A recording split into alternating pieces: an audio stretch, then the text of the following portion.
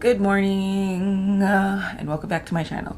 So today's video is going to be a little bit different than what I had wanted to post today. I'm actually going on a little road trip, so plans have changed. All right, so I'm going to show you real quick what I use and what I do to get ready when I'm in a pinch and I need to get going and I'm going to be hitting the open road. So with that being said, if you are interested in getting ready with me this morning and learning what I do before I hit the open road, then please keep on watching.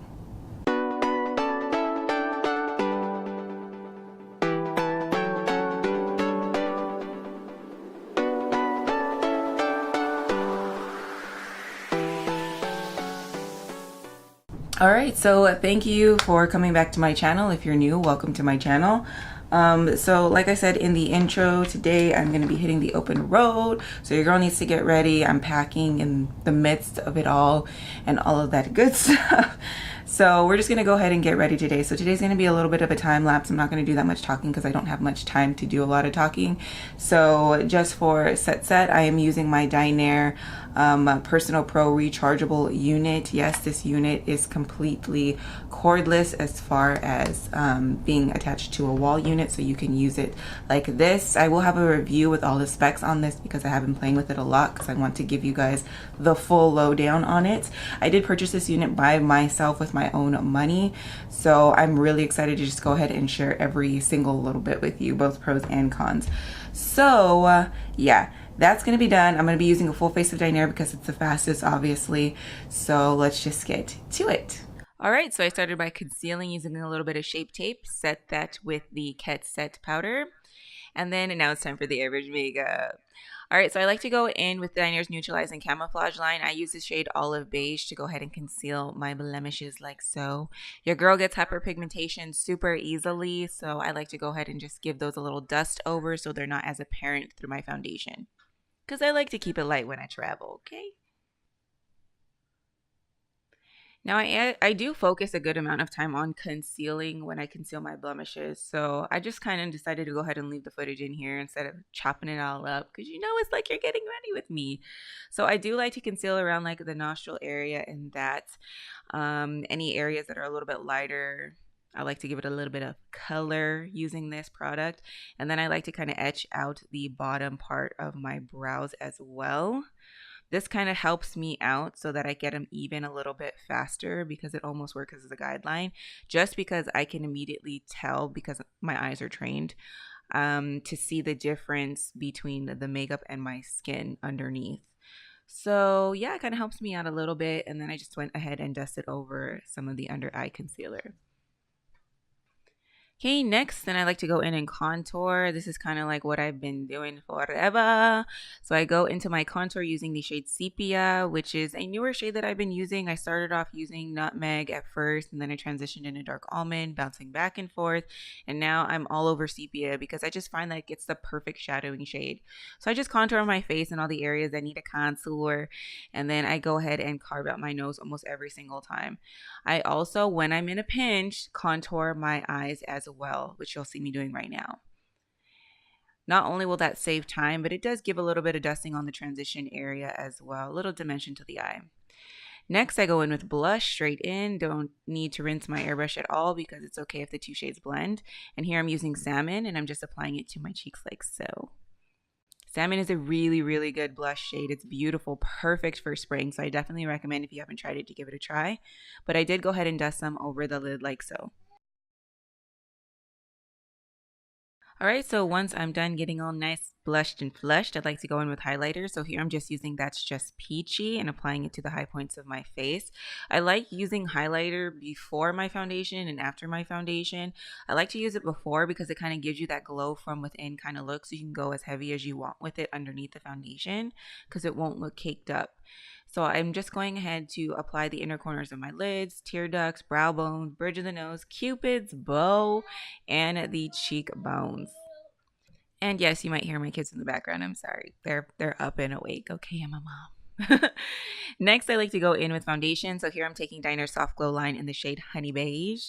And I'm just applying that all over the face like so, focusing more in the center of the face. Now, with the winter months having come and gone, your girl has gotten a little light with the tan, okay. She's missing that extra pigment. So instead of mixing it with Nutmeg, I've just been using this on its own, focusing more on the center of the face. And then you'll see what I do next, of course. So usually when I do my foundation, I like to be, you know, the normal distance away, 12 o'clock, all that good stuff. But I like to go ahead and take my time with it. But even at that, it does not take long. So I know it seems like it's taking forever sometimes on video, but it's really a lot faster than you think if you look at the actual time specs. Next, I like to go in with Dinair Soft Glow Line in the shade Golden Olive, which is a little bit darker of a warm undertone, and I like to put that on the outer perimeter of my face. So I like to start at my jawline, drag it down to my jaw, and then kind of build up toward under the cheekbone. And then, of course, around the forehead. Sometimes I will even just a little bit over the nose area just to give my skin like the illusion of a slight tan, add a little bit more dimension to it. Also, making my face match my neck a little bit more because my neck and chest are a little bit more tan than my face. You know, that's just a natural state of things. So I like to add that tan back in or that color back into the outer rim of my face, just so everything's nice and cohesive.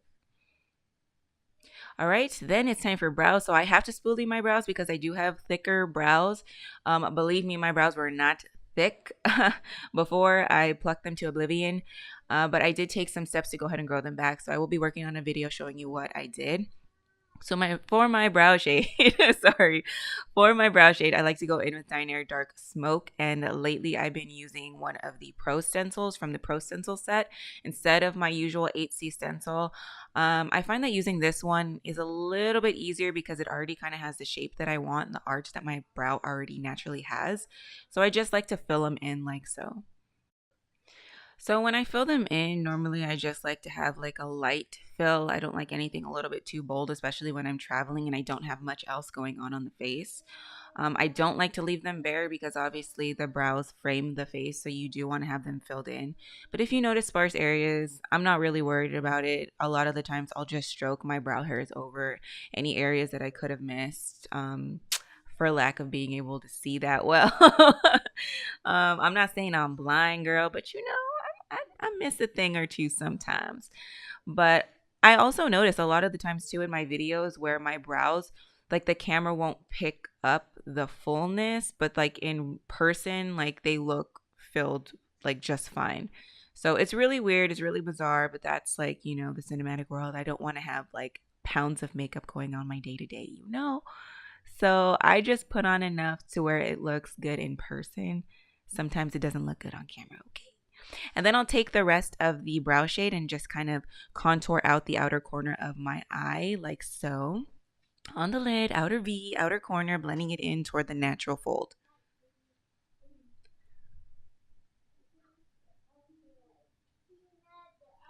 This completes another step and it also saves me time from having to switch out colors. And then I'll go ahead and dust them on the lower lash line as well, just to keep everything nice and cohesive.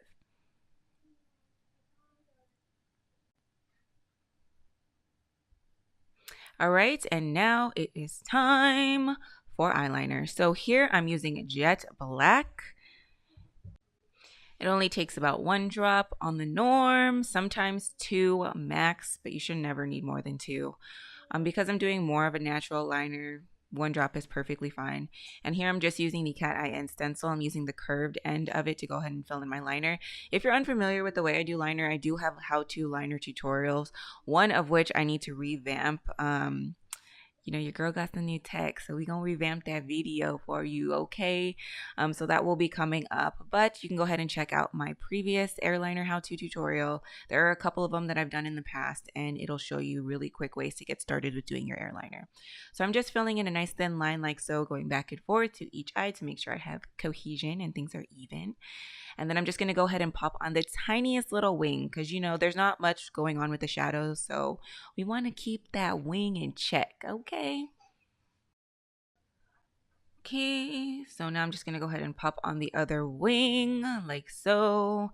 And for the most part, it looks even. You know, I'm pretty confident, but then when I go and look back again, sometimes it couldn't be. So you'll see what's gonna happen in a minute.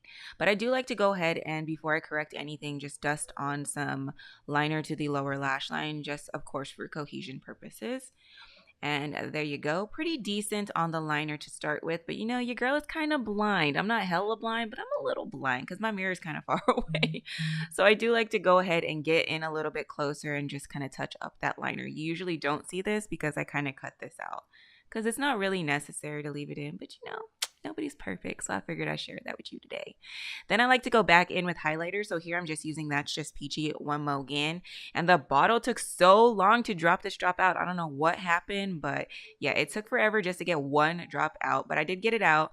And I'm just going to go ahead and dust over the high points once again, just to make that glow even more. I like that look of healthy, glowy, dewy, youthful skin, especially when I'm traveling because I'm pretty tired when I travel. Then I like to go ahead and set it all because I'm going to be on the road. Sometimes your girl falls asleep in the car, you know, when she's not on the driver's seat. So I like to go ahead and set everything in place using Skindinavia Bridal makeup setting spray. I can't talk today. Anyways, I just like to go ahead and set everything so that it stays put. Ain't got to worry about nada, mama. And yes. Next, go in with mascara, and here I'm just using my favorite Mary Kay Lash Love mascara, and I'm just coating my lashes like so. Yeah, I don't really do anything fancy with the lashes. I just coat the upper lashes, not the lower one, because like I said, sometimes I do fall asleep when I'm traveling, so I don't want anything to transfer to my under eye. So I'm just coating the top like so. I don't usually curl them. I have my reasons. All right, and that's pretty much it for the makeup portion. So as you can see, that was like super fast, of course, because I used a lot of the same colors, you know, to complete the face. Now I'm just going in with Laura Geller Nude Kisses in the shade Tan Lines. I love this gloss. Gives me a little bit of a color, but it also gives me a beautiful glossy look. And it's not sticky.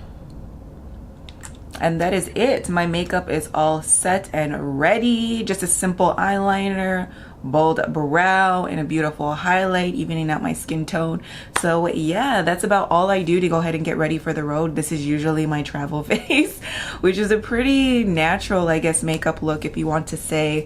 This is a really good, like, kind of like no makeup look. I did use traditional concealer in the beginning just because it's easier for me to use traditional concealer, just in case if I have anything going on with the under eye, I can just dab a little bit more on and kind of press it in.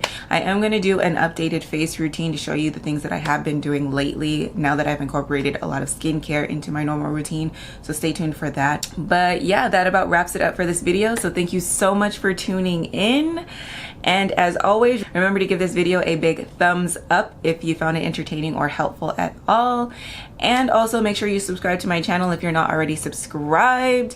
And if you choose to subscribe today, or if you're already subscribed, make sure you hit the little bell icon right next to the subscribe button and turn on your notifications. And of course, the quickest way to get notifications is to follow me on Twitter. So the tag is IHeartAirbrush, link in the description box below.